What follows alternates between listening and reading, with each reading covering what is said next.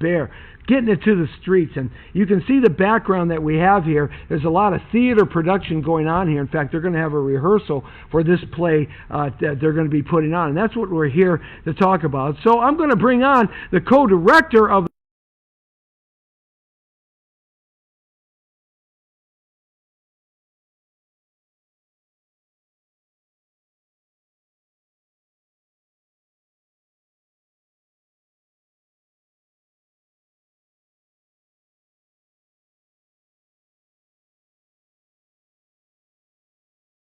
You're Cassandra. No, you're what are you?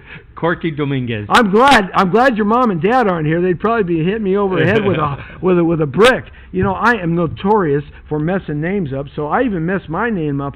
So if I mess my name up, will you correct me? Yes, Jesse T. He's going to mess my name up on purpose. I know it. At some point in time, he's going to get me back. Yes, vengeance is my own, saith the Lord, right? Hey, Corky. Corky's the co-director here of a terrific play. And tell us a little bit about this play, the location and the name of the play. The name of the play is Frida, Stroke of Passion. It's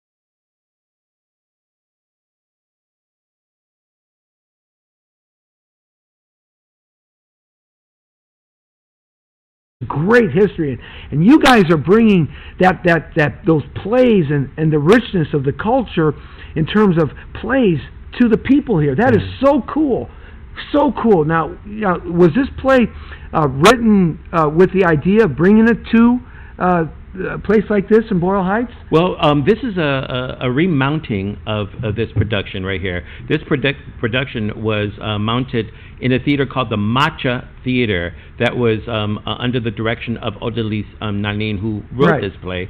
She had a run of it in Hollywood, and it had a huge success there. And she recently received a grant to remount it, and she wanted to support this theater organization, CASA 0101, whose artistic director is Josefina Lopez. And so she and Josefina got to talking, and were able to work out a deal so that this way she can bring that play here to this theater. And that brings the culture and theater to a neighborhood that is not part of it at that time, because of my association with CASA 0101. I'm a resident theater director. Oh, so that's, you come out of this operation. Yeah, and so I'm supporting her. But I've known who Odalys was, and I've met her upon occasions. And like I said, I know they had a wonderful successful run then. And so we're hoping that same momentum. I mean, tickets are selling, so we're hoping that that momentum continues with only 6 performances. That's amazing, only 6. But, you know, you do have a big cast, and it takes a lot to do a big cast with a lot of scene changes and set changes and stuff like that. It's not something you can just set up and leave, right? You know, in that respect. But yeah, so check it out. CASA 0101, or is it CASA 01 or 0101? How do they say I would say it's 0101. Okay, CASA 0101, 2102 East 1st Street, Los Angeles. You can't miss it. The machatheater.org, MACHATHEATHE.org. And that's where you get the tickets. Get the tickets right there.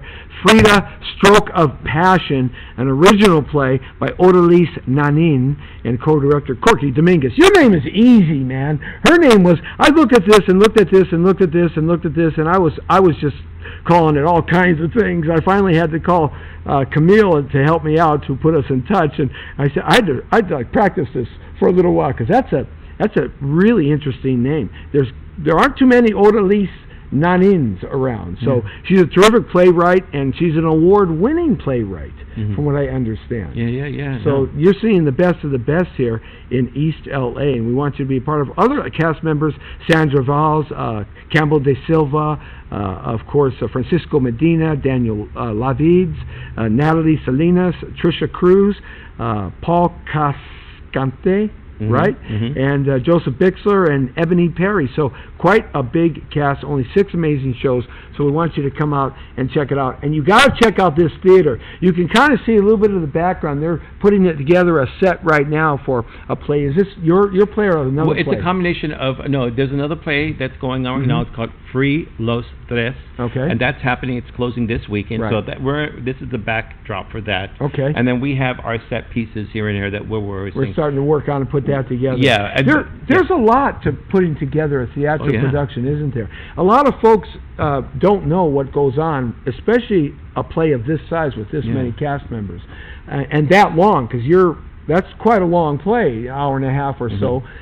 What does it take? What's kind of a little operation of when you get the creative process, you get the script, you start putting it together. How do you decide what is good, what is not good, how you're going to do your set design?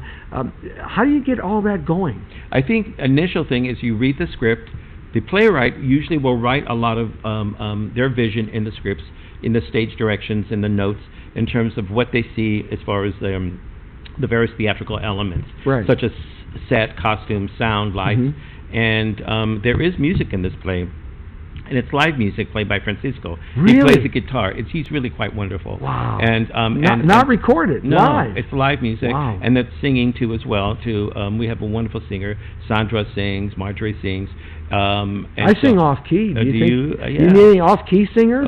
Maybe, yeah. We can work again. You know, we'll have my people call your people. Man, I'm terrible. I'm always soliciting for a job, even when I can't do it. I can sing awful. I'm the awful singer. You can bill me as the awful singer. All right, we will. We'll make sure that's there. But you look at the script, and here is the actual script that. It's like a book. It's like that she's actually published this. And I guess one could get this if you go to her website. Yeah. If you want to purchase the actual script. Post up her website. And she, I'm sure it's. We'll figure it out. We'll figure it out. Contact.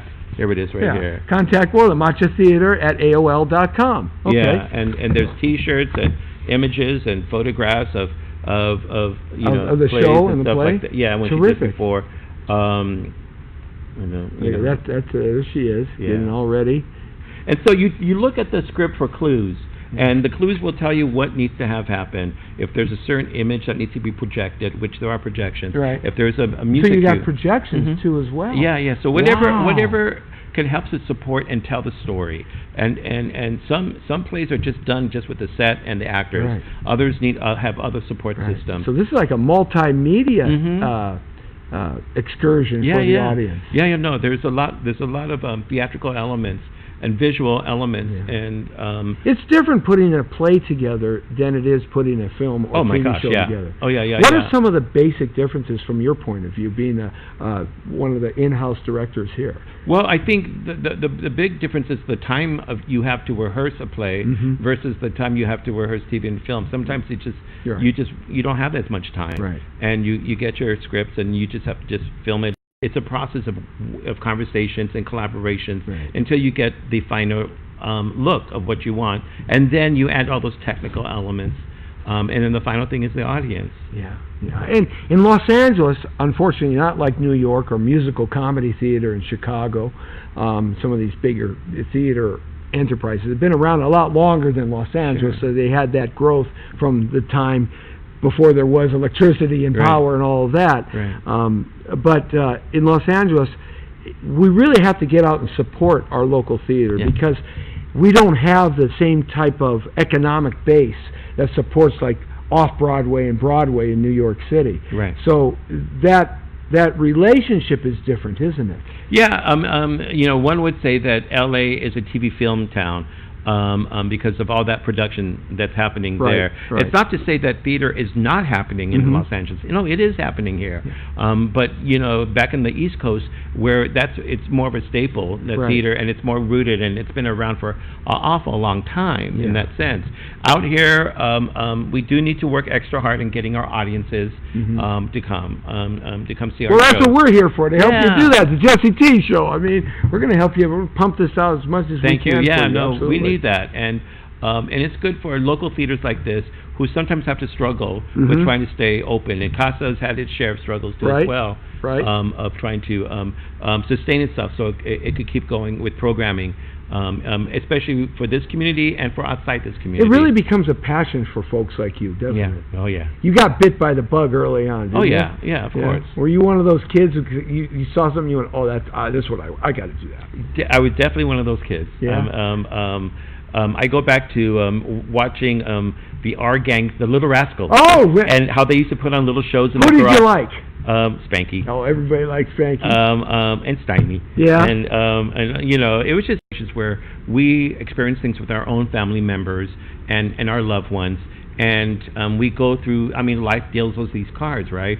And it's like, well, what do we do, and how do we manage, and how do we survive? And for some, it's a struggle, and we do what we can to kind of support and provide resources. Unfortunately, in this situation, Frida just wanted to let go.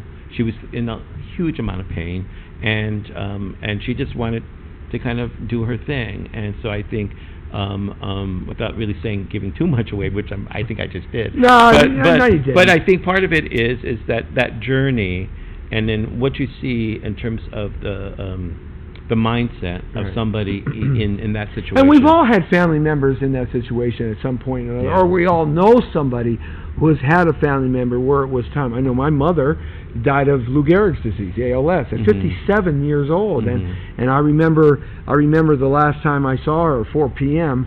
On a certain day, and my dad came into my mom's room where I was hanging out with her, and my dad said it's time to leave. And never, I was 34, never in my lifetime growing up in my family did my father ever tell me it was time to leave, it was time that you need to go. In other words, leave your mom.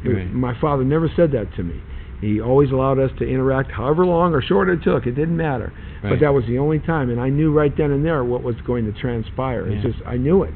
And I left, went back, came back a couple hours later after he paged me, and my mom had passed on. They needed their moment together. They needed their time together. And so I think everybody can relate to somebody in their family or friends that have family. And that's the thing of what theater is. It relates to us as human beings in more of a different way than film. Yeah, because it's live, it's right there, and you see what the actors are going through, and it's right in front of you, and especially a space like this, where it's an intimate setting. Yeah, this is really, we're looking out here at the audience, where the audience would be, folks, and they're right there. 8-10 feet away, and it's not like there's an orchestra pit below us, or raised up, on the boards. We're like level. It's right here. That's a great connection. And there's very few theaters in LA that is a nice setting that can afford that. Most of them are going to be the big houses. Big houses, like Mark Taper and stuff like and that, everything's just for huge budget that can do all this, everything happening, which is great, and that does have its place, and it is entertaining. But I like the notion of smaller theater happening in this city, continuing on. When I got started in Hollywood, I've been around since I was a kid, but when I was doing a lot of theater down on Melrose, used to be all the theaters. The Melrose Theater District right there, and Theater was Guy Stockwell's theater, and he was my acting coach for a decade, became a mentor and a friend, love him. He would have been my dad's age had he still been living, 86. But he passed away, and we did a lot of plays at Theater. It was at that time an under 99 seater, equity waiver at that time, and we did everything there, and it was just a blast to be able to relate to the audience, and when you had a really good script, and good writing, like this play, Frida, Stroke of Passion, and you got to come see it, guys. It's only got 6 runs. That's it, just 6.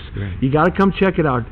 Get some tickets right now at machatheater.org. It's MACHATHEATRE.org. Get those tickets now. They're going to go out. This isn't a huge place. I mean, there's about 100 seats or so in here, and Odalys has written a beautiful play about a wonderful person in Latin history in terms of their ability to be a superstar of her time. She was a superstar of her time. What I love, you learn a lot about her. Yeah, what I love, the title, Frida, Stroke of Passion. When you think, it's such a clever title when you think about it, because Frida in the play, Odalys writes about her brush strokes and how she paints, and she paints with passion. Wow! And so when you think of the title, Frida, Stroke of Passion, it's a brilliant idea of this notion of what she does when she paints her pictures. And from what I understand, a lot of her paintings were smaller and right here, whereas Diego Rivera, he painted the big murals, But Frida was more about the intimacy and really looking at this. With the influx of Latinos in America over the last 20 years, and the population growth, and the arts are being affected with a culture that America really only knew a little piece of. Just a piece of. But now it's in film, TV, commercials, Spanglish, English, Spanish, boom, boom, boom, boom, boom, boom, boom. And plays like this, which are really representing cultural significance and historical fact about things that we're learning for the first time. Right. And that's so cool that's exploding here on the theatrical scene in Los Angeles with places like here. And it's wonderful that when you can go get that kind of historical experience and information when you go see a play. And that's the other great thing when it's written. It's somewhat documentary style. It is fabricated, and non-fictional in terms of what Odalys. She takes some liberties, but it's truly based on what actually happened, and her lovers and the intrigue behind that. I saw that in the trailer too. I'm going, wait a second, okay, maybe I need to come see this. Absolutely. No, but this is the script, and guys, this is how the script comes. I mean, page after page after page of dialogue, and when you're the lead, you're in every scene. You don't leave the stage much. You don't leave the boards much. No, and you got to do all your costume changing behind something or whatever you're doing. She never leaves the stage. She never leaves the stage. That's Odalys is playing Frida Kahlo. Yeah, absolutely. Odalys, and she does a terrific job at it in terms of the quality of the difference of how she interrelates with the different age dynamics of the play too, because there's young people in the play that are just coming to the realizations of things, and there's her husband and her realization. So it's really terrific. You guys, look at once in a while, we get a chance to get out into the community and cover some cool stuff, and this is a cool stuff on the Jesse T Show. We want you to come out and support this. This is a great place to see a play. It's a terrific community over here in Boyle Heights. Frida, Stroke of Passion. You got to check it out. Please go online, guys. Go online right now. Order some tickets. Let's support this environment here. Let's support this play. Odalys has done a magnificent job on this script, taking some historical fact and making a beautiful story about it that I think we can all relate to in that respect. And in terms of being the co-director, I mean, all the responsibility is falling on you. I mean, you got rehearsals and everything. It's tough when you have a cast of 12 people. But we're doing really well with put all the pieces together, and then getting into the run-throughs, and again, like I say, creating that ritual of what happens, day after day and time after time. In that sense, I want to say two things. One thing is, don't be dismayed with the parking situation when you come. On Friday and Saturday night, we do have parking connected to the end of the block with what is called the City Hall, off of Chicago, on First Street in Chicago. It's only a block down. It's just a block down. There was a parking spot there. There is street parking, but only for an hour up until 8 o'clock, and then after that, it's free. Don't park in the church parking lot. And don't park in the church parking lot. And I parked in the church parking lot. What God has bestowed upon them, or committing suicide. They had some kook out there for about 6 hours, and what did he do? He bundled the traffic up to a parking lot, literally. We already have a tough enough traffic situation, so we got a little rocky start, and that's why Odalys wasn't here. She was on her way here, she would normally be here, and she would have been here conducting the interview and talking with us about that. But we're going to get her back on the Jesse T Show here either before the engagement starts or somewhere in before it ends. We'll get her back on the show down at the KTNT Radio and TV network down at the station, or maybe a Skype interview or something, something along that line, which will be exciting. And then we'll post up all this information on our websites and stuff. That's jessetorero.com. So, but we want you to see this play, Frida, Stroke of Passion. I love this. This is high-tech technology here, man. This is like old school, right? I feel like Ed McMahon, Hey, Johnny, right? I'm posting up stuff here. I feel like the old school TV where you actually do these commercials live. Well, that's what I was raised on. So this is a great thing. Frida, Stroke of Passion, original play with iconic songs by Odalys Nanin. Co-director, Corky Dominguez. Corky! I like that name. I'll never forget it. Corky. Is that your real name? It isn't. It's a nickname that was given to me. Well, you don't have to share your real name. I like Corky. Yeah. We'll just keep it at that. But I do want to say, there is a famous poet called Corky Gonzalez. Yes. And he's a very a famous poet. A Chicano poet. And so people sometimes will say, oh, it's Corky Gonzalez. When I was growing up, man, we used to cruise Whittier Boulevard, right? And then Truman Street in San Fernando, and Van Nuys